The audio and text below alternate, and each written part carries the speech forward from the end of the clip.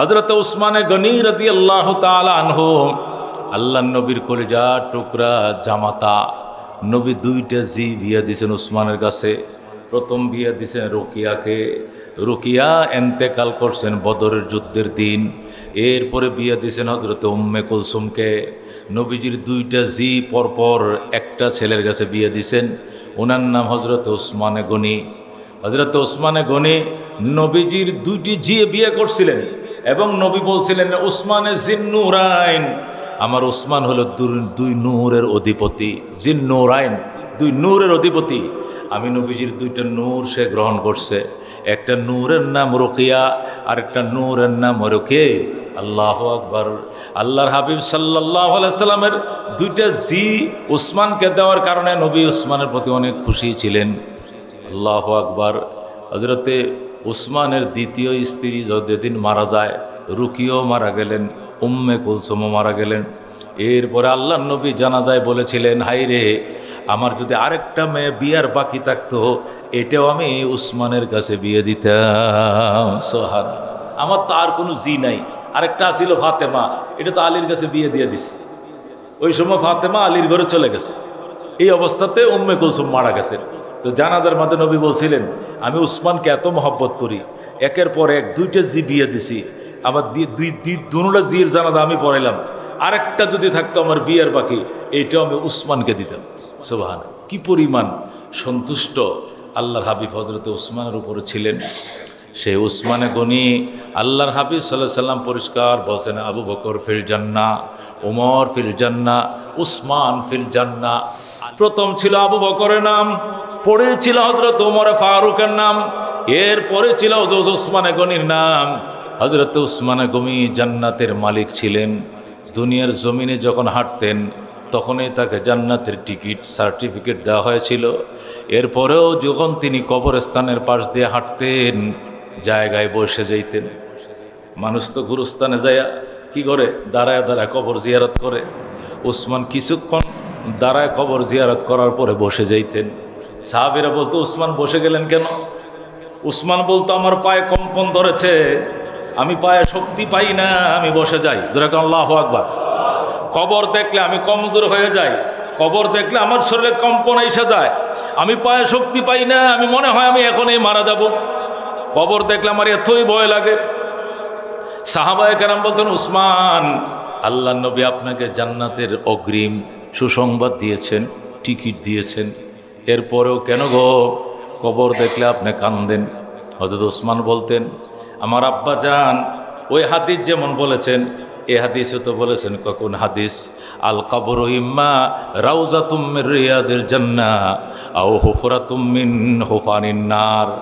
নবী তো এটাও বলছেন, কবর হয়তো জান্নাতের টুকরা হবে, নয়তো জাহান্নামের গাড়া হবে। আমি উসমানের জন্য যদি কবর জাহান্নামের গাড়া হয়ে যায়, আমার কি উপায় হবে? এই চিন্তায় আমি পায়ের শক্তি হারায় ফেলি, আমি কবরের পাশে বেশিক্ষণ দাঁড়িয়ে থাকতে পারি না। হযরত বৈশা একবার তৃপ্তি করে কাঁদতেন, চোখের পানি দিয়ে দাঁড়ি ভিজে টেপ টেপ করে জামার মধ্যে পানির ফোঁটা ফুটত। মেরে বায় দুস্থ বুজুর্গ, এই জন্য আল্লাহর হাবিব বলছেন, পরকালের রুট যেন হারিয়ে না ফেলো, পরকালের রুট ম্যাপ যেন হারিয়ে না ফেলো। দুইটা জিনিস তোমাকে স্মরণ রাখতে হবে। এক নম্বর হলো কাসরাতু জিক্রিল মাউত, কাসরাতু জিক্রিল মাউত, মৌতের স্মরণ বাড়াও, মৌতের স্মরণ বাড়াও। কেইসে কেইসে শাহজাদা রানিয়া শাহজাদিয়া সর বসর সব চল বসে হ্যাঁ, নাম নিশা না রহি। কেইসে কেইসে শাহজাদা, কত কত রাজপুত্ররা, রানিয়া শাহজাদিয়া, রানীরা, শাহজাদিরা, রাজকন্যারা, সর বসর সব চল বসে হে, সব চলে গেছে। নাই জিয়াউর রহমান, নাই বঙ্গবন্ধু মুজিবুর রহমান, নেই জিল্লুর রহমান, নাই আব্দুর রহমান বিশ্বাস, নাই প্রেসিডেন্ট এরশাদ, নেই অমুক নেই তমুক। কত রাজারা, রাজকন্যারা, রানীরা ছিলেন, চলে গেছেন। সর্বসর সব চল বসে হে নাম নিশা না রাহি, সব দুনিয়া থেকে চলে গেছে, এদের নাম নিশানা অস্তিত্ব নাই, এদের অস্তিত্ব পর্যন্ত নাই। আব্দুল কাদের জিলানী রহমতুল্লাহ আলাইহি আল্লাহর ওলি ছিলেন, উনার জামানাও বড় বড় বাদশারা ছিল, ছিল কিনা? আব্দুল কাদের জিলানী জামানায় বাদশা কে ছিল? এই বাদশার নাম আমাদের জানা নাই, কিন্তু আব্দুল কাদের জিলানীর নাম তো ঠিকই আমাকে জানা আছে কিনা? খাজা মঈনুদ্দিন চিশতির জামানায় বড় বড় জালেম বাদশারা ছিল, পিত্তিরায় টিত্তিরায় অনেকরাই ছিল, যাদের নাম আমাদের মনে নাই, কিন্তু মঈনুদ্দিন চিশতির কথা তো আমাদের অনেকেরই মনে আছে কিনা? হযরত ইমামে আবু হানিফার সময় বিভিন্ন রাজা বাদশারা ছিল, খলিফায়ে মনসুর ছিল, মামুন ছিল, বড় বড় রাজা বাদশারা ছিল, এদের নাম অনেকের জানা নাই, মনে নাই, কিন্তু আল্লাহওয়ালারা যারা ছিলেন, ইমাম আবু হানিফা, ইমাম শাফি, ইমাম মালিক, ইমাম আহমদ ইবনে হাম্বল, বুজুর্গানে দিন, সাহাবায়ে কেরাম, আম্বিয়ে কেরাম, আউলিয়া কেরামের নাম কিন্তু ঠিকই মনে আছে।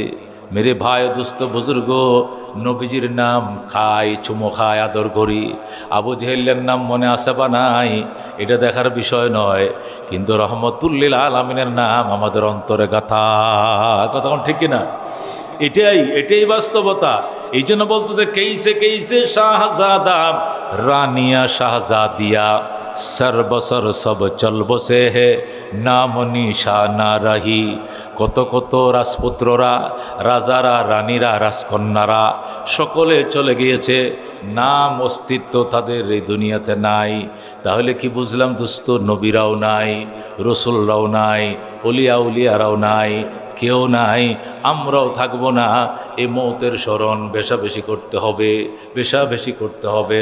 ইন্না ফিল কুলুবি লামুযগাতান ইযা সলুহাত সলুহাল জাসাদু কুল্লুহু ওয়া ইযা ফাসাদাত ফাসাদাল জাসাদু কুল্লুহু আলা ওয়া হিয়াল কলব।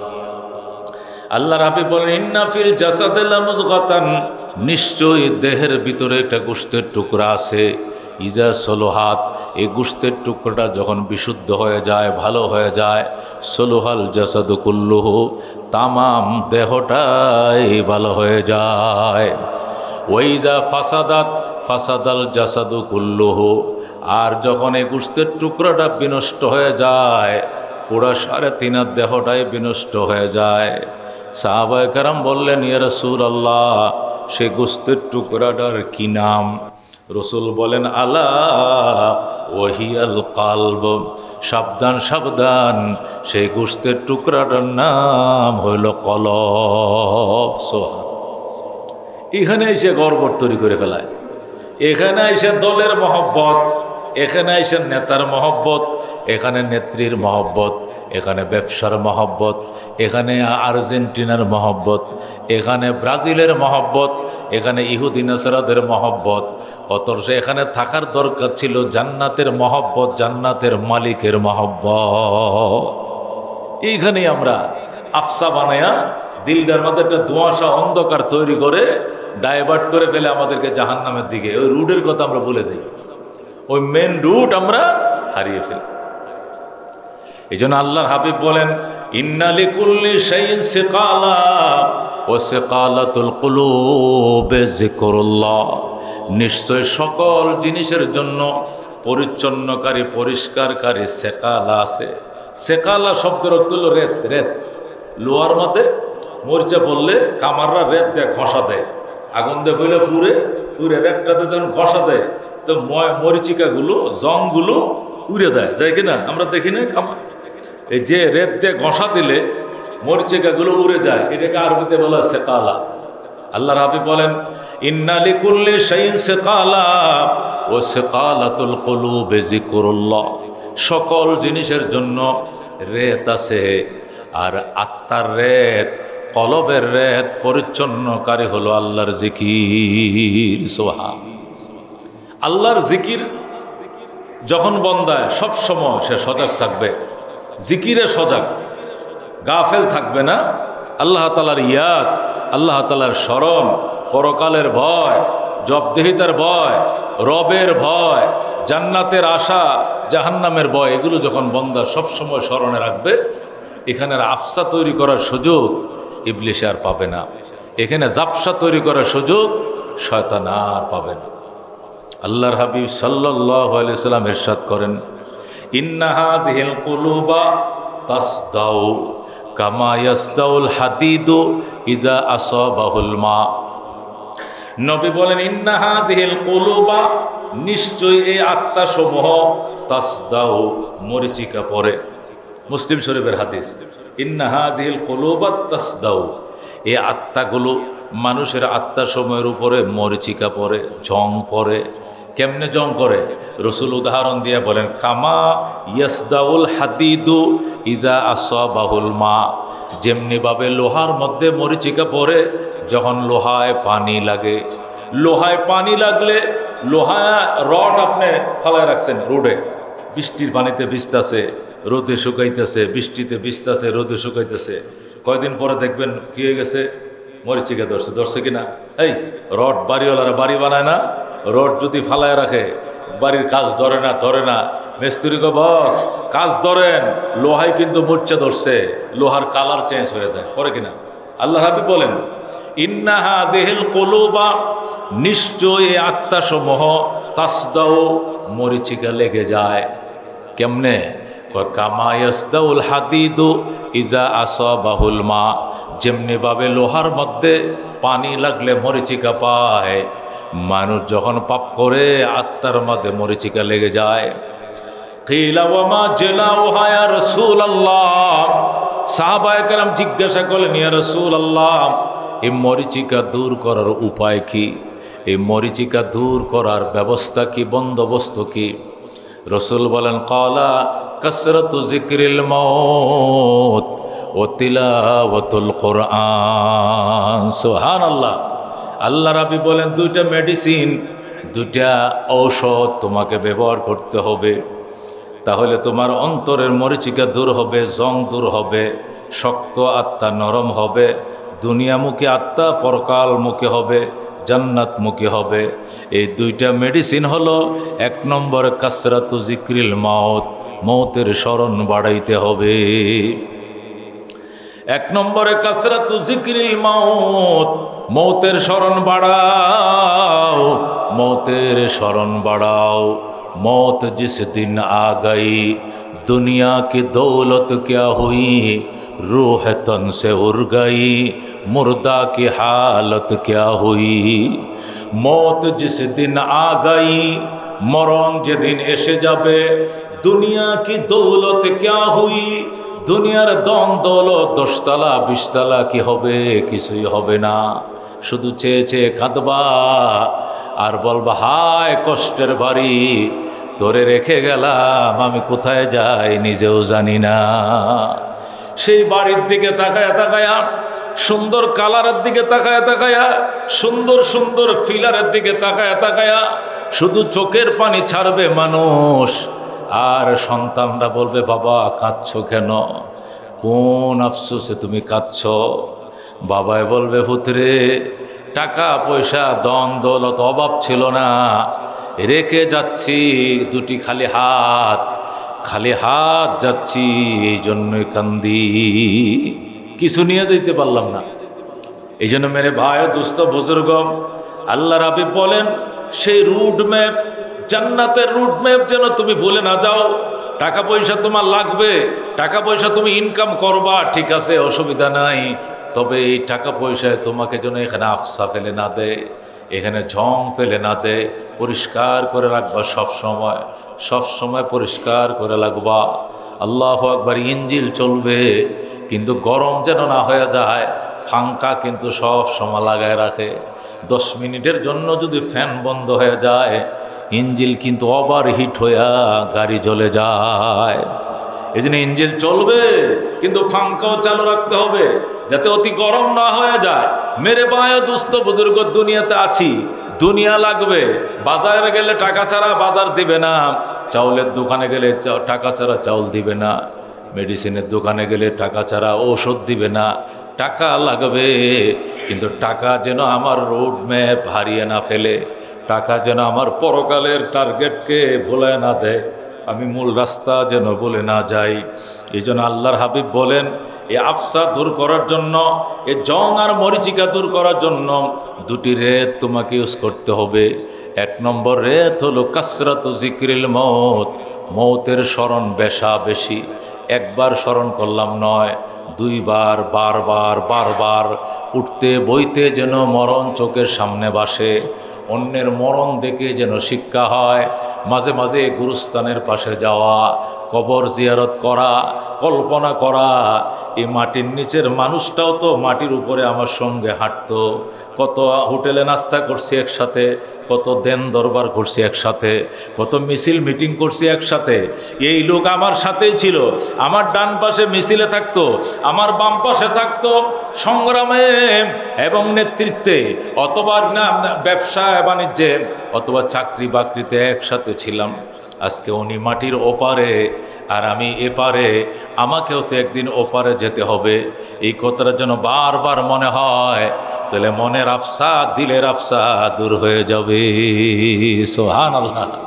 এই জন্য কবি বলেন, মौत जिस दिन आ गई, मौत जिस दिन आ गई, दुनिया की दौलत क्या हुई, रूह तन से उड़ गई, দুনিয়া কে দৌলত ক্যা হুই। মরণ যেদিন এসে যাবে, দুনিয়ার দৌলত কোথায় যাবে? আত্মা যেদিন উড়াল দিবে, সম্পদ তোমার কোন কাজে আসবে? মौत को समझा है गाफिल, इख्तितामे जिंदगी, इफ्तिताह जिंदगी, सुबह दवामे जिंदगी। আল্লাহর ওলি বলেন, মौत को समझा है गाफिल, इख्तितामे जिंदगी। ও গাফেল, ও অলস, তুমি মরণকে জীবনের শেষ মনে করছো মোল্লাম মানে সাল্লাম। আল্লাহ মরণ দেয় নাকি লেগা? পোলাপানের সাথে ঝগড়া করে, খোদা আমার দেখে না, খোদা আমার নিতে পারে না, আল্লাহ আমার দেখে না। আজরাইল খালি এই বাড়িতে ওই বাড়িতে লোক নিয়ে যা, আমারে দেখে না, আমারে দুনিয়াত বাঁচায় রাখছে কি লেগে? মরলেই তো শাস্ছিলাম, এ আফত থেকে মুক্তি হয়েছিলাম। এত সোজা মরণ। মরছো মানে তুমি সারছ। ইদা মাতাল ইনসান, ইদা মাতাল ইনসান, নবী কয় মানুষ যখন মারা যায়, ফাকাদ কামাত কিয়ামাতুহু, সাথে সাথে তার কিয়ামত আরম্ভ হয়ে যায়। মানুষ মারা যায় মানে কিয়ামত আরম্ভ হয়ে যায়। মল্লাম মানে সারলাম না, মল্লাম মানে ধরা খাইলাম, মল্লাম মানে ধরা খাইলাম। যারা নামাজ কাজা নাই, যাদের রোজা কাজা নাই, যারা যাকাত দেয়, যারা আল্লাহর বিধান পালন করে, জবানের হক আদায় করে, যৌবনের হক আদায় করে, শরীরের হক আদায় করে, কলবের হক আদায় করে, চোখের হক আদায় করে, দিলের হক আদায় করে, আল্লাহর বিধিবিধান মতো জীবন যাপন করে, এদের জন্য মরণের ভয় কিসের? তুহফাতুল মুমিন আল মউত, তোহফাতুল মোমেন আল মত। নবী বলেন, খাঁটি ইমানদারের জন্য মরণ এটা উপহার স্বরূপ। তোহফাতুল মোমেন, মোমেনের জন্য তুফা, তুফা মানে গিফট, হাদিয়া, উপহার। আল মত মরণ। এই জন্য প্রকৃত ইমানদারদের জন্য, আল্লাহওয়ালার জন্য, খোদা বেরু বন্দার জন্য মৌতের আবার ভয় কি? মত হলো একটা সিঁড়ি, মত হলো একটা জসর, একটা ব্রিজ। ওই পারে জান্নাত, এই পারে দুনিয়া। এই ব্রিজটা পার হইলে আমি জান্নাতে চলে যাবো। যেরকম সোহান, এটা ইমানদারের জন্য। কিন্তু যদি ইমানদার ইমানের হক আদায় না করে, ইমানের দাবি পূরণ না করে, হালাল হারামের বালাই ছিল না, কলবের খবর লয় নাই, হিংসায় ভরপুর ছিল আত্মা, পরনিন্দায় ভরপুর ছিল আত্মা, জীবনে নিজেকে ভালো মনে করেছি, মানুষকে ভালোবাসি নাই, মানুষের হক আদায় করি নাই, সমাজের হক আদায় করি নাই, গীবতার পরনিন্দা, অহংকার অহমিকায় ভরপুর ছিল আমার আত্মা। আফসায় জীবন কাটাইছি, পরিষ্কার করে আত্মা দিয়ে কোনো কিছু দেখতে পাই নাই। এই জাতীয় মানুষের জন্য মরণ মানে কিয়ামত, মানে কিয়ামত। ইজা মাতাল ইনসান ফাকাদ কামাত কিয়ামাতুহু। নবী বলে, এই জাতীয় মানুষ যখন মারা যাবে, কিয়ামত আরম্ভ হয়ে যাবে। কিয়ামত বলা হবে মার রাব্বুকা অমা দীনুকা অমান নাবিয়ুকা, বলো তোমার রবের কি পরিচয়, জাননি তোমার ধর্মের সংজ্ঞা, জাননি তোমার ধর্মের সংজ্ঞা, জাননি তোমার নবীর পরিচয়। মান হাযার রাজুলিল্লাযী বুইসা ফীকুম, নবীর পরিচয় যখন দিতে পারবে না, নবীর পরিচয় দিতে যখন সক্ষম হবে না, তখন ফেরেশতারা ইশারা দিয়া নবীজির রওজাটা তাকে দূর থেকে দেখাবে আর বলবে মান হাযার রাজুল আল্লাযী বুইসা ফীকুম, ওই লোকটাকে চিনুনি যাকে তোমার হেদায়েতের জন্যই দুনিয়াতে পাঠানো হয়েছিল। তখনও সে বলবে হা হা লা আদরি, আফসোস আফসোস, আমি কিছুই বুঝি না, আমি কিছুই জানি না। এর চেয়ে কপাল পোড়া, এর চেয়ে মন্দ কপাল আর দুনিয়াতে কেউ হতে পারে না। এই জন্য মেরে ভাই দোস্ত বুজুর্গ, আল্লাহর হাবিব বলেন পরকালে রোড ম্যাপ যেন বলে না যাও। এই জন্য আল্লাহর হাবিব দুটি চিকিৎসার কথা বলে দিয়েছেন। এক নম্বর চিকিৎসা হলো কাসরাতু জিক্রিল মাউত, মৌতের স্মরণ বাড়াইতে হবে, মৌতের স্মরণ বাড়াইতে হবে। যেখানে গেলে মৌতের স্মরণ বাড়বে সেখানে যেতে হবে। আশপাশে যত জানাজা হবে চেষ্টা করা জানাজায় শরীক হওয়ার জন্য। আমার জানা মতে আমার মহল্লায় কোনো মানুষ মারা গেলে যত ব্যস্ততা থাকে না কেন, আমি সে জানাজায় শরীক হব। আল্লাহর হাবিব বলেন যে ব্যক্তি জানাজায় শরীক হয় কমপক্ষে এক উহুদ পাহাড় বরাবর সওয়াব নেকি তাকে দেয়া হয়। আর যদি সে দাফনেও শরীক হয়, জানাজা কমপ্লিট করে লাশের সঙ্গে গেছে সে আজিমপুর, লাশের সঙ্গে এসে গেল শাহজাহানপুর, লাশের সঙ্গে নির্দিষ্ট গুরুস্থান পর্যন্ত গেল, লাশের জানাজায় ছিল, দাফনও ছিল, আল্লাহ তাকে 2 উহুদ পাহাড় বরাবর সওয়াব দিয়ে পুরস্কৃত করবেন। আমি চিন্তা করছিলাম যে এত সওয়াব জানাজায় শরীক হওয়ার জন্য কেন বরাদ্দ করা হলো। আল্লাহু আকবার। আল্লাহর হাবিব সাল্লাল্লাহু আলাইহি সাল্লামের হাদিস রিসার্চ করতে করতে করতে উলামায়ে কেরাম লেখেন, মুহাদ্দিসিনে কেরাম লেখেন, এই সওয়াবগুলো অর্জন করার কারণ হলো সে জানাজায় শরীক হবে, সে নিজেও জানাজার জন্য প্রস্তুতি গ্রহণ করবে, সে মাইয়তকে গোসল করাবে, মাইয়তকে জিন্দা মানুষটাকে যখন সে গোসল করাবে আর সে বলবে এটা লাশ, লাশ মানে লা শাইয়া ফিহি, এটার সংক্ষিপ্ত শব্দ হলো লাশ, আসলে মূল শব্দ হলো লা শাইয়া ফিহে, উসমে কোই শাই নেহি হ্যায়, এখানে আত্মা নাই। আগে আত্মাওয়ালা ছিল, এখন আত্মা চলে গেছে, লা শাইয়া ফি, এটাকে সংক্ষিপ্ত বলা হয় লাশ, মানে এখানে কিছুই নাই। আগে সে কথা বলতো, এখন কথা বলতে পারে না। আগে সে হাঁটতে পারতো, এখন হাঁটতে পারে না। আগে সে বসতে পারতো, এখন বসতে পারে না। আগে সে নড়তে পারতো, সে নড়তে পারে না। আগে শুনতো, এখন সে শুনে না। আগে সে দেখতো, এখন সে দেখে না। চোখের জায়গায় চোখ আছে, দেখে না। কানের জায়গায় কান আছে, শুনে না। ও মুসলমান, পায়ের জায়গা পা আছে, সে হাঁটতে পারে না। হাতের জায়গায় হাত আছে, সে ধরতে পারে না। এই জন্য সে লাশ হয়ে গেছে। এই লাশকে সে গোসল করাইছে, লাশকে সে দেখছে, লাশকে সে দাফন করছে। এই লাশের একটা কল্পনা তার দিলের ভিতরে ঢুকছে। সে নিজের ভিতরে একটা ম্যাপ তৈরি করছে, আমাকেও এই দিন আসবে, আমাকে এভাবে যেতে হবে। মহল্লার মানুষ নিয়ে আমার ভাইকে যেমনি বিদায় দিলাম, একদিন মহল্লাবাসী আমাকেও এমনি বিদায় দিবে। এই জন্য লাশের দাফনে জানাজায় শরীক হওয়ার এত সওয়াব। এই জন্য মেরে ভাই দোস্ত বুজুর্গ, আল্লাহর ওলিরা শুধু কাঁদতেন। পীর সাহেব চরমনা রহমতুল্লাহ আলাই, এ মুসলমান, লক্ষ লক্ষ মানুষ, লক্ষ লক্ষ বেনামাজি যাদের সহবতে যায় নামাজ শিখছে, জিকির শিখছে। কালো একটা মানুষ ছিল, মাঝে মাঝে আমি যাই, কালো একটা মানুষ ছিল, ওনার পাশে বসে অনেক বয়ান আমি শুনছি। 30-40 মিনিট বয়ান করতেন, কুচকুচে কালো ছিলেন লোকটা, কিন্তু এমন বাপের ফুট ছিল না যার বয়ান শুনে চোখের পানি ফেলবে না। জীবনে বাপ মরছে যে কাঁদে নাই, মা মরছে যে কাঁদে নাই, এই লোকটা, এই লোকের বয়ান শুনলে কাঁদতে হবে, চোখ দিয়ে পানি আসতে হবে, আসতে হবে। এমন মায়াবী, এমন দরদ নিয়া, এমন ব্যথা নিয়া কথাগুলো বলতেন। মেরে ভাই দোস্ত, কেন? মরণের ভয় ছিল, মরণের ভয় ছিল। এই জন্য এদের কথার ভিতরে আলাদা একটা তাসির ছিল, একটা আবেগ ছিল, তাসির ছিল। আল্লাহু আকবার। উজানি কারি ইব্রাহিম সাহেব রহমতুল্লাহ থেকে ওনার আব্বাজান এসাক সাহেব রহমতুল্লাহ আলাই খেলাফত নিয়ে যখন গেলেন, খেলাফত নিয়ে যখন গেলেন, আহারে হারাই যেতেন রাত্রিবেলায়, মোবাইল বন্ধ রাখেন, রাত্রিবেলা হারাই যেতেন মাঝে মধ্যে, খুঁজেও পাওয়া যেত না। নদীর পাড়ে বাড়ি, নদীর ঘাটে গেছেনি গোসল করতে, নাই, কোথাও পাওয়া যায় না, কুতুবখানায় নাই, মসজিদে নাই, বাথরুমে নাই, কোথায় গেছে? হঠাৎ করে শোনা গেছে ওই গুরুস্থানের থেকে কান্নার আওয়াজ আসতেছে, আল্লাহু আকবার।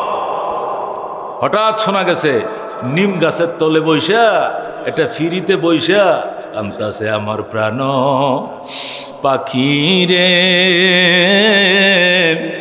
আমার কালো ময়না রে, একদিন তো যাইবারে ময়না উড়িয়া, একদিন তো যাইবারে ময়না ছাড়িয়া। ছেলে মেয়েরা পাশে বসে কান্দিবে পাগলের বেশে, পড়বে তারা আল্লাহর কোরআন খুলিয়া। এইভাবে কান্ত, আর পাঁজা মারে ধরে সন্তানরা বাড়িতে নিয়ে আসতো। আব্বু, এই অন্ধকার রাত্রে, এই কুয়াশার মধ্যে আপনি এখানে বসে কান্দেন, আপনাকে শীত লাগে না? আপনার কি ভয় লাগে না? বাবা পানি, ওনাদের বরিশালের ভাষায় বলতো, বাবা এই মানুষের সমাজে ভয় লাগলে তো ডাক দিলেও তো দুইজন মানুষ টর্চ লাইট নিয়ে আইসা বলবে, কি রে আপনি চিল্লাইতেছেন কেন, ভয় পাইতেছেন? আমরা আসি তো, দুইজন লোক আসবে দৌড়াইয়া। কবরে যদি ভয় পাস, ওখানে ডাকলেও তো কেউ যাবে না। কবরে ভয় পাইলে সারাদিন ডাকলেও কেউ যাবে না, যাবে কেউ? আল্লাহু আকবার। যে যেখানে আছেন দায়িত্ব পালন করবেন। যদি কোনো একটা বাচ্চা আপনার পাশে দুষ্টামি করে, তা আপনাকে শিখিয়ে দেওয়া লাগবে, আপনি এখান থেকে নিজেই বাধা দেবেন, এই দুষ্টামি করিস না। আমার এখান থেকে বলতে হবে কেন যে বাচ্চাটাকে ফিরান? আপনাকে আল্লাহ আক্কল দেয় নাই যে হুজুরে কথা বলতেছে? একটা ছেলে, ছোট মানুষ, বুঝে না, টুকটুক করতেছে, সে তো বুঝে না, সে মনে করে এটা আওয়াজ করলে সুন্দর লাগবে। আপনি তো বুঝেন, আপনি তাড়াতাড়ি তারা ফিরাইবেন, এই হুজুরের কথা ডিস্টার্ব হচ্ছে। কিন্তু আপনি অপেক্ষা করলেন কেন যে অন্য কেউ বাধা দেখ, আমি না দেই, এমন করলেন কেন? নিশ্চয় আপনি যথাযথ বিবেকের দায়িত্ব পালন করেন না। এটা যেন না হয় কখনো, খবরদার। আমার বয়ানে মানুষ হুমড়ি খেয়ে যায়। টেকনাফতে তেঁতুলিয়া 6 মাস তো আমি বয়ানে করি, মানুষ অজু, গোসল, ফসরা, পায়খানা সব ভুলে যায়। হুজুর কি কইতেছে, হুজুরের কথাটা শেষ হোক আগে, পরে প্রস্তাব করবো, পরে পায়খানা কথা শেষ হোক আগে, প্রস্তাব পায়খানা কথা মন থাকে না। মেরে ভাই ও দোস্ত বুজুর্গ, তো আল্লাহর ওলি রহমতুল্লাহ আলাইকে তার ছেলেরা, আত্মীয় স্বজন যাইতো, আব্বা আপনি যাই কানদেন ঘরে বসে কানবেন, মসজিদে বসে কানবেন, আপনি তো গুরুস্থানে চলে যান, আপনার কি ভয় লাগে না? এই বাঁশ সুপের তোলে, বাঁশঝাড়ের নিচে রাত্রিবেলায় কুয়াশায় টপ টপ করে পানি পড়ে, গায়ে একটা গেঞ্জি ভরে আইসে পড়েন, আল্লাহু আকবার। আল্লাহর কান্দেন কবরের আযাব মানুষ যদি দেখি তো, কবরের আযাব মানুষ যদি দেখি তো, গরবারি সারিয়ে জংলায় থাকি তো। আল্লাহ রুলেরা, আল্লাহ রুলে তাদের ভাষায়, তাদের আঞ্চলিক ভাষায় এগুলো বলতেন, এই কবিতাগুলো পড়তেন, আর যারে যার মানুষ কান্ত। আল্লাহ নবী বলেন, তাবুকু তাবুকু, কাঁদো কাঁদো, ফাইল্লাম তাবুকু ফাতাবাকাউ, কাঁদো কাঁদো, কান্না যদি না আসে কান্নার ভান ধরো, কান্না যদি না আসে কান্নার ভান ধরো। আল্লাহ কোরআনে বলেন, ফালিয়াজহাকু কালিলাউ ওয়ালিয়াবকু কাসীরা, হাসো কম কান্দো বেশি, হাসো কম কান্দো বেশি। কান্না যদি না আসে, অন্য কান্দন না, মানুষের পাশে বসবা, সে যখন কান্দে তুমিও হে হে হে হে করে কাঁদতে থাকবা, যেন আল্লাহ বুঝে তুমি কাঁদতে চেষ্টা করতেছ, পানি নাই, আল্লাহ পানিওয়ালা চোখের মতো তোমাকে কবুল করে নেবেন। এরকম সুবহানাল্লাহ। এই জন্য মেরে ভাই দুস্থ বুজুর্গ, আল্লাহর হাবিব বলছেন, পরকালের পরকালের রোড ম্যাপ যেন ভুলে না যায়। এই জন্য 2টি রেত ইউজ করতে হবে। 1 নম্বর রেত হলো কাসরাতু জিক্রিল মউত, মৌতের স্মরণ বাড়াও। 2 নম্বর হলো তিলাওয়াতুল কোরআন, আল্লাহর কোরআনের তেলাওয়াত বাড়াও। আল্লাহর কোরআন তেলাওয়াত হলো শ্রেষ্ঠ জিকির, মানে জিকির বাড়াও। কোরআন তেলাওয়াত এটাও জিকির। আফজালুজ জিকরি তিলাওয়াতুল কোরআন, আল্লাহর হাবিব বলেন সর্বশ্রেষ্ঠ জিকির আল্লাহর কোরআন তেলাওয়াত। সুবহানাল্লাহ সুবহানাল্লাহ সুবহানাল্লাহ এটাও জিকির, আলহামদুলিল্লাহ আলহামদুলিল্লাহ এটাও জিকির, আল্লাহু আকবার এটাও জিকির, লা ইলাহা ইল্লাল্লাহ জিকির, ইল্লাল্লাহ জিকির, আল্লাহ জিকির, আল্লাহু আকবার জিকির, এগুলো সব জিকির। তবে সর্বশ্রেষ্ঠ জিকির হলো আল্লাহর কোরআনের তেলাওয়াত। আল্লাহর কোরআন তেলাওয়াত নিয়মিত কিছু না কিছু আল্লাহর কোরআন থেকে তেলাওয়াত করা। এক একটা আয়াত তেলাওয়াত হবে, উচ্চারিত হবে, এক একটা কালো রেখা অন্তর থেকে মুছে যাবে। আল্লাহর কোরআনের এক একটা কালো অক্ষর তেলাওয়াত করব, আমার অন্তরের মনের মরিচিকার কালো এক একটা দাগ আমার কত কলব থেকে মুছতে থাকবে যেরকম সুবহান।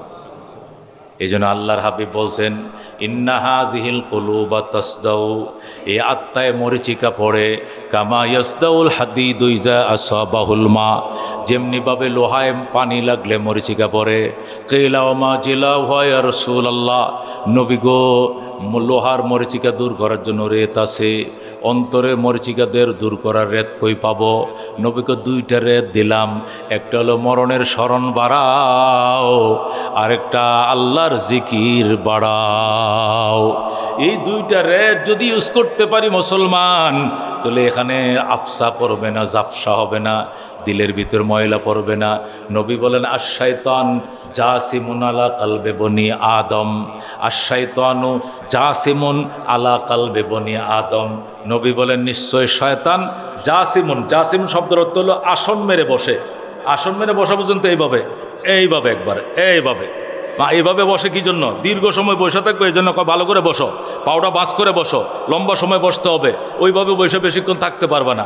রসুল ভাই ইন্না শায়তানা জাসিমুন, শয়তান এভাবে আসন গেড়ে বসে আলা কালবে বনি আদম, আদম সন্তানের কলবের উপরে। তো এদের এই আসন ভাঙ্গার উপায় কি? ফাইজা জাকারাল্লাহ খানাসা, এই যেই মাত্র আদম সন্তান আল্লাহর জিকির সুবহান আল্লাহ, আলহামদুলিল্লাহ, লা ইলাহা ইল্লাল্লাহ, আস্তাগফিরুল্লাহ, মানে যে কোনো একটা জিকির উচ্চারণ করে ফেলে, খানাসা সাথে সাথে শয়তান পালিয়ে যায়। সুবহান। পানির থেকে বর্ষি দিয়ে মাছটাকে শুকনায় উঠায় ফেললে শুধু লেজ ডানারে, আর বলে আমাকে আবার ওখানে দাও, আমি যেখানে ছিলাম।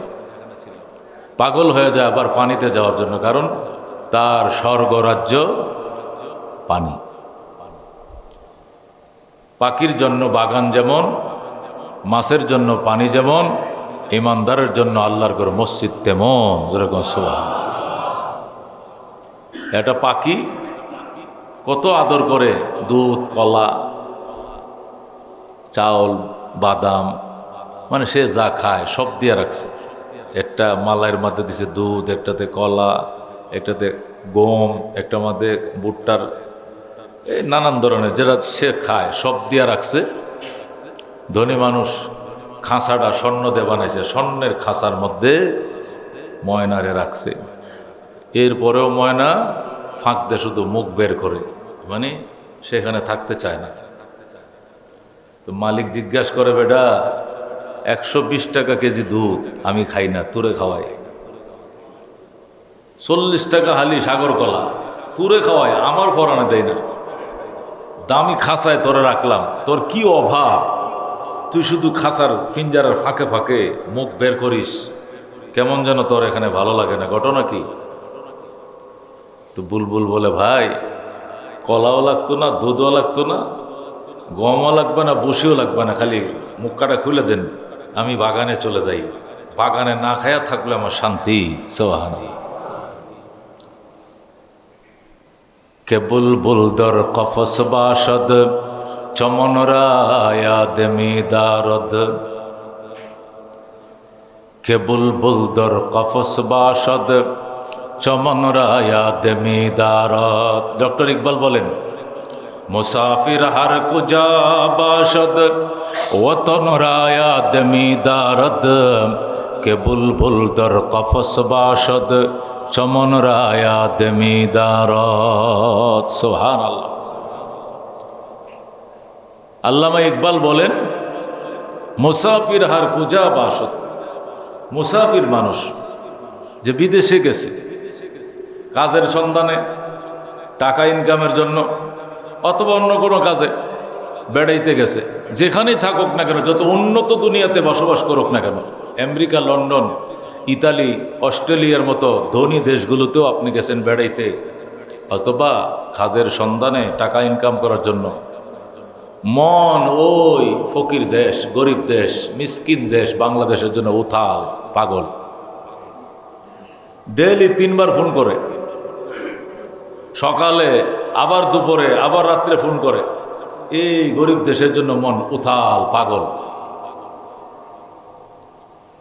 মুসাফির হার কুজা বাসদ, মুসাফির পরদেশি ফরেনার যেখানে থাকুক না কেন, অতন রায়া দেমিদারত, সে অতন তার মাতৃভূমিকে 1 সেকেন্ডের জন্য ভুলে না। কে বুলবুল দর কফস বাসত, যেমন বুলবুল পাখি পিঞ্জারার ভিতরে থাকে, চমন রায়া দেমিদারত, বাগানকে 24 ঘন্টায় সে মনে রাখে। বুলবুল পাখি স্বর্ণের খাঁচায় বসেও যেরকম বাগান বলে না, মানুষ যেখানেই থাকুক না কেন সে মাতৃভূমিকে ভুলে না। মেরে ভাই ও দুস্থ বুজুর্গ, কোথায় আমাদের মাতৃভূমি? জান্নাত। যেরকম সুবহানাল্লাহ। আমাদের মাতৃভূমি বাংলাদেশ না, আমার মাতৃভূমি ইন্ডিয়া না, জাপান না, জার্মান না, আমাদের মাতৃভূমি কোথায়? জান্নাত। জান্নাত। যেরকম সুবহানাল্লাহ। আমাদের আব্বা যান, আমাদের আম্মা যান, ওনাদের দেশ কোথায়? ওনাদেরকে আল্লাহ কোথায় বানিয়েছিলেন? জান্নাতে। যে কোনো কারণেই ওনাদের পিঠে করে আমরা দুনিয়াতে এসে গিয়েছি। আসার পরে আবার যেন আমরা সেই মাতৃভূমিতে আবার ফিরে যাইতে পারি। বাবা মা কাজ করে গেছেন, আমাদেরকে কাজ শিখিয়ে গেছেন। বাবা মা অনেক আগে চলে গেছেন, সন্তানরা যাতে এই রাস্তাটা ভুলে না যায়, এই জন্য সন্তানদের মধ্যে মাঝে মাঝে আল্লাহ নবী পাঠাইছেন। পাঠাইতে পাঠাইতে পায় তার সন্তানদের মধ্যে আল্লাহ তাআলা 1.25 লক্ষ নবী পাঠাইছেন। প্রত্যেকটা প্রজন্মের জন্যই, প্রত্যেকটা যুগ জামানার জন্যই নবী লাগায় রাখছেন, যাতে ওই রুট ম্যাপটা ভুলে না যায়। আব্বা যে পথ দেখায় গেছেন, সেই পথ তার ছেলে শীষ দেখাইছেন। শীষ যে পথ দেখায় গেছেন, সেটা তার ছেলে নূহ দেখায় গেছেন। নূহ যে রাস্তা দেখায় গেছেন, সে তার ছেলে ইব্রাহিম দেখায় গেছেন। ইব্রাহিম আলাইহিস সালাম যে পথ দেখায় গেছেন, তার ছেলে ইসমাইল দেখায় গেছেন। ইসহাক দেখায় গেছেন। ইসহাক যে পথ দেখায় গেছেন, সেটা যাতে উম্মত ভুলে না যায়, ইয়াকুব সেই পথ দেখাইছেন। হযরত ইয়াকুব যে পথ দেখাইছেন, উম্মত যেন বুঝে না যায়, সেটা হযরত ইউসুফ দেখায় গেছেন। হযরত ইউসুফ যে পথ দেখায় গেছেন, এটা হযরত ঈসা, মূসা সহ লক্ষ লক্ষ নবী রাসূল দেখায় গেছেন। এরকম সুবহানাল্লাহ।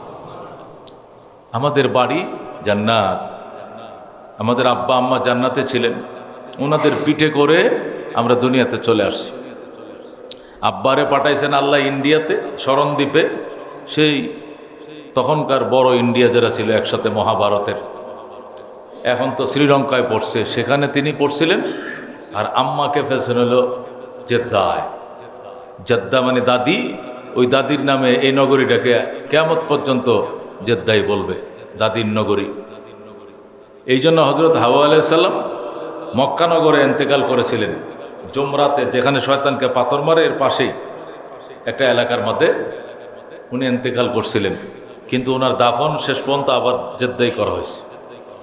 100 কিলোমিটার দূর মক্কার থেকে জেদ্দা, সেখানে নিয়ে ওনাকে দাফন করা হয়েছে। কথিত আছে, ঠিক যেখানে আসমান থেকে ঠিক যে পয়েন্টে ওনাকে রাখা হয়েছিল, ইতিহাস ঐতিহ্য খুঁজে ওই জায়গাটাকে তারা চিহ্ন করে চেষ্টা করছে, ওই জায়গাতেই হযরত হাওয়া আলাইহিস সালামের দাফন সম্পন্ন করেছেন। যেরকম সুবহানাল্লাহ।